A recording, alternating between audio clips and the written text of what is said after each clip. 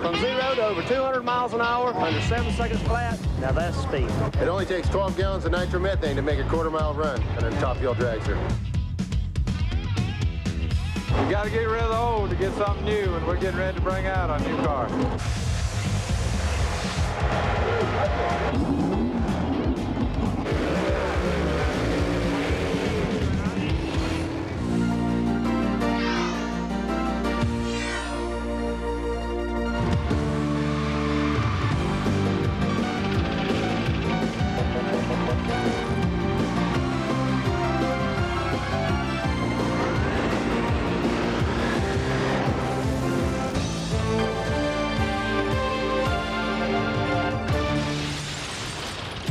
The second oldest drag race in America, looking good at age 29, the IHRA Snap-on Tools Spring Nationals, brought to you by WCYB TV5 and Coca-Cola. Hello again, everyone. I'm Bob Varsha. Welcome to Thunder Valley. For 28 years, the Spring Nationals, here in the home of the International Hot Rod Association, has brought us great drag racing action. But there's something special in the air this year. After 2 rounds of the 93 series, 2 of our professional classes have seen just 1 winner each. In Pro Stock, Doug Kirk is unbeaten, hoping to regain the title that he last held in 1991. And in Pro Modified, the irrepressible South Carolina cannonball Scotty Cannon is hoping to stay unbeaten in his quest for a 3rd straight world championship. Doug Herbert, our defending world champ in Top Fuel, makes his much-delayed season debut, but I'm getting ahead of myself. We've got great weather for the eliminations, a big crowd on hand, and in fact, somewhere down in that crowd is ESPN drag racing analyst Ted Jones, standing by with a very special guest. Ted?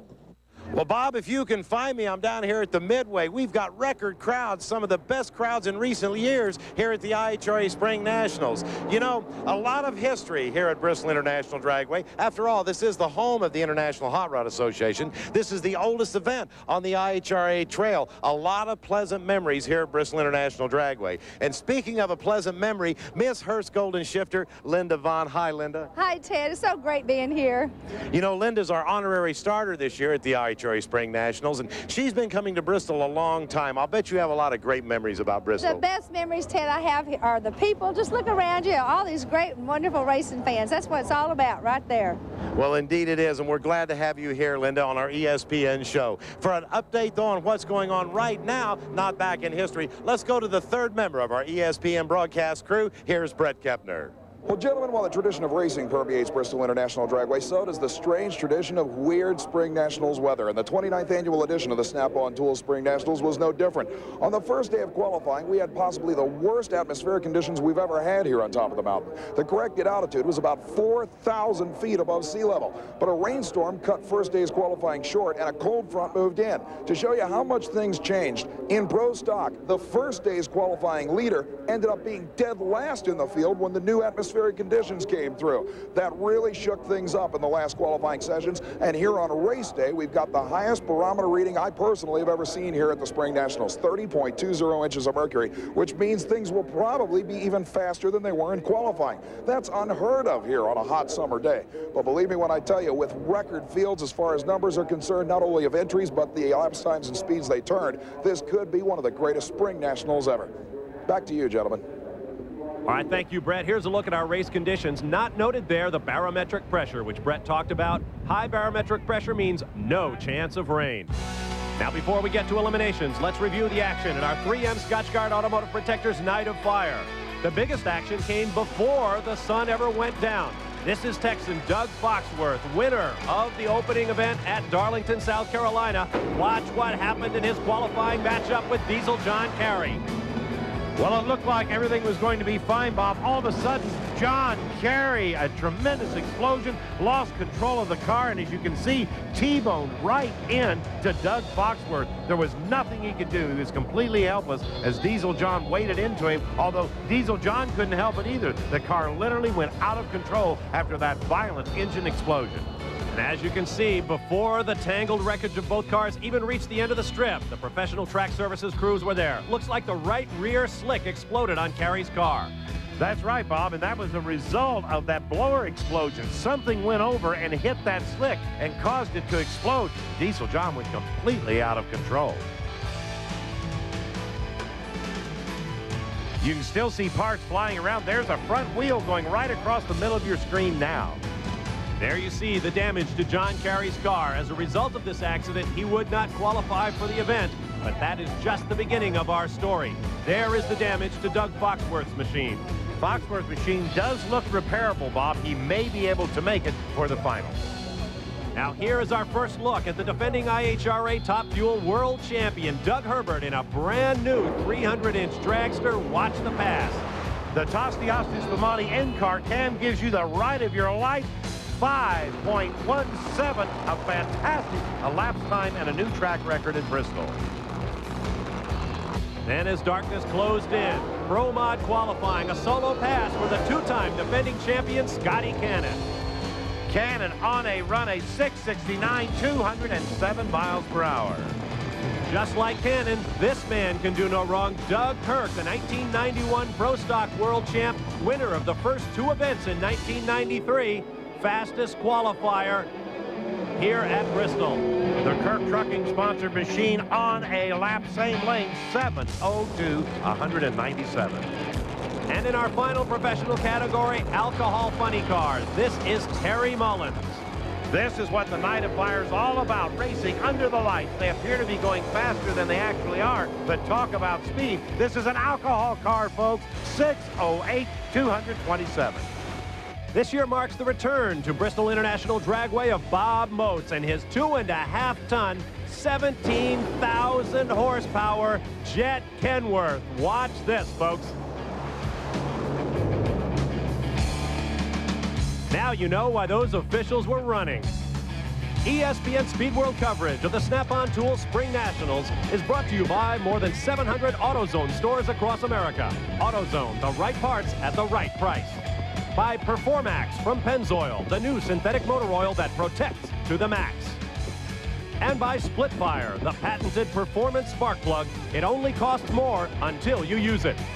We'll be back with more on the extraordinary saga of Doug Foxworth. Stay with us.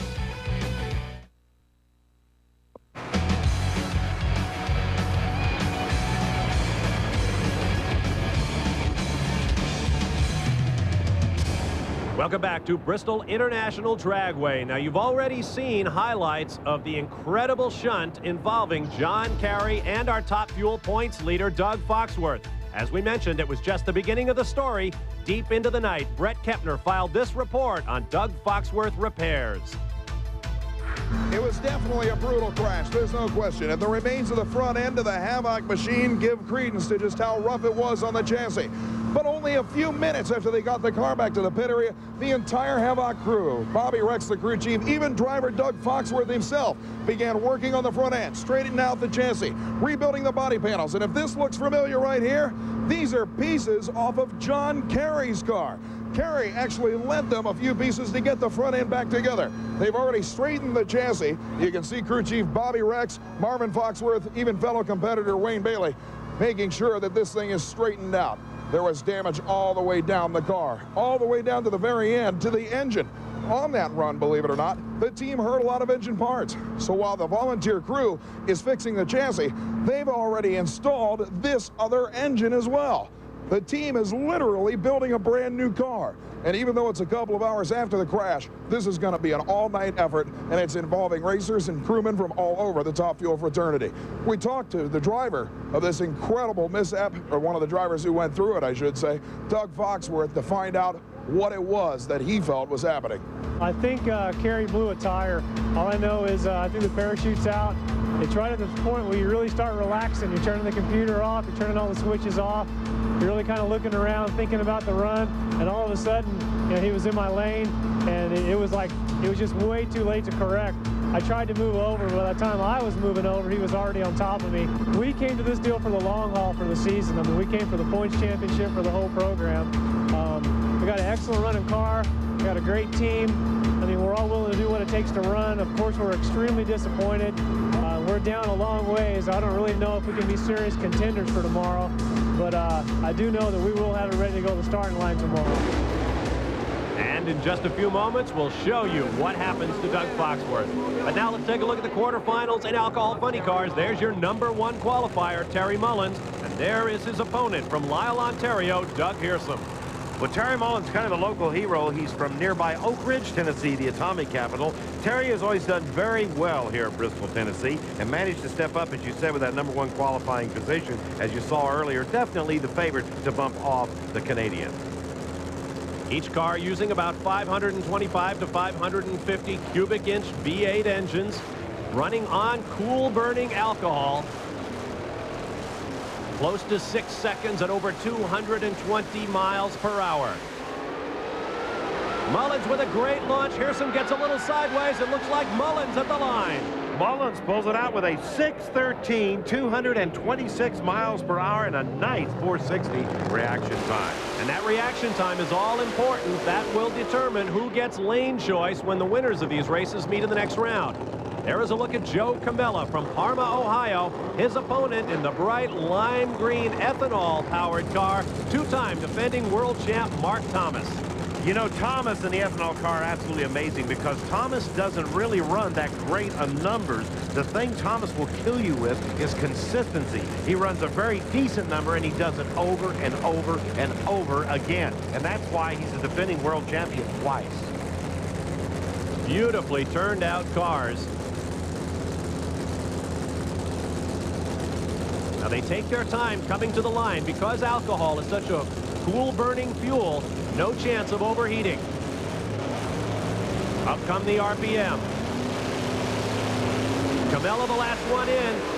Good launch for both cars. Identical reaction times. We got a drag race. Thomas pulls it out with a 6:16, 227.90, 26 thousandths of a second difference, because as you said, Bob, the reaction times were identical. You never see that. Camella with a terrific launch in the right lane. Thomas got a little bit sideways, but at half track, he starts to pull up side by side to the line, make it about half a car length. And so Terry Mullins and Mark Thomas advance their opponents in the next round. Mullins will meet Todd Payton, who beat Jim Bailey. Mark Thomas will go up against Gary Rattel, who knocked off Floyd Corky East. Mullins and Rattel will have lane choice. When we return, we'll take a look at Pro Stock and meet the king of the Pro Stockers, Tricky Ricky Smith. Stay with us.